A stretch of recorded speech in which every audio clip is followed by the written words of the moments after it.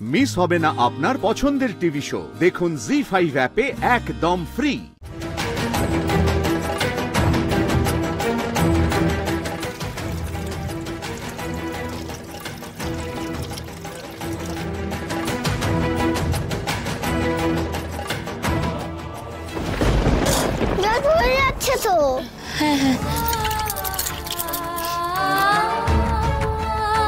তুই আমার মন পড়ে ফেলেছিস, তাই না রে? মেশমনির জন্য কষ্ট হচ্ছে না তোমার? ও আসলে আমাকে খুব ভালোবাসে, জানিস তো। শুরুতে আমি হয়তো ওকে সেভাবে,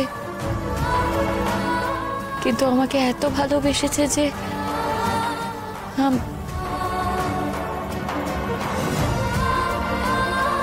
এই দুর্গামণি, তোকে এত বড়দের কথা শুনতে হবে না। কি ব্যাপারে? তোকে আমি শুতে বললাম না? উঠে এলি যে বিছানা ছেড়ে? শুয়েছিলাম তো, ইচ্ছা করলো না শুতে। কদিন মা দুর্গার কাছে শুয়েছিলাম তো, আজ তো মা দুর্গা নেই, একা একা লাগছে। তুমি চলো, আমরা একসঙ্গে শোবো। কি লাভ হবে আমার সাথে শুয়ে? আর কোনোদিনও হয়তো তোমার সঙ্গে শোয়া হবে না, তাই তো আজ শোবো। তুমি আমাকে একটা গল্প বলবে গো মাসিমণি? কেউ আমাকে কোনোদিন গল্প বলে ঘুম পাড়ায়নি, জানো? তুমি বলবে আমায়? বড় মাসির সঙ্গে যখন আশ্রম থেকে বেরিয়েছিলাম, তখন জানতাম আমি মায়ের কাছে যাচ্ছি। কত কি ভেবেছিলাম জানো? ভেবেছিলাম মা আমাকে দলা করে ভাত খাইয়ে দেবে, যেরকম তুমি আজকে খাইয়ে দিলে। ভেবেছিলাম মা আমাকে গল্প বলে ঘুম পাড়িয়ে দেবে, সে তো আর হলো না। মাকে খুঁজতে বেরিয়ে তোমাকে পেলাম। তুমি না হয় গল্প বলে ঘুম পাড়িয়ে দাও,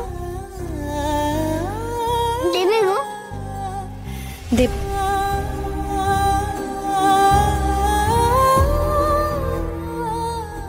দাও না, তাহলে দাও। এখন না, আমি কাজগুলো সেরে নিই পরে। হ্যাঁ, এখন তুই ঘরে যা, তো ঘরে গিয়ে শো। আমি যখন তোকে গল্প বলবো তখন না হয় তুই আমার গলা জড়িয়ে ঘুমোস। এখন যা। ও বাবা, চলো গো। মাসিমণি গল্প শোনানোর আগে তোমাকে আমি গল্প শুনিয়ে ঘুম পাড়িয়ে দিই। চলো, ঠিক আছে? যা, চলো যা।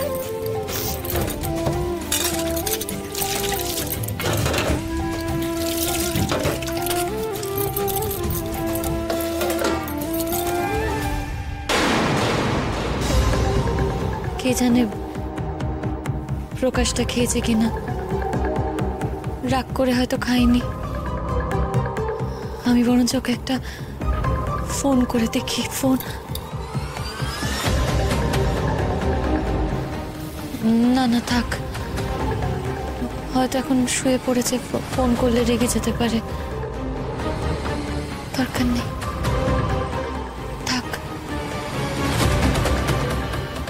ও মা দুর্গা,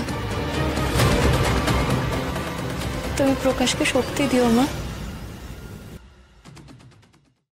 জি5 ডাউনলোড করুন আর সব এপিসোড দেখুন একদম ফ্রি।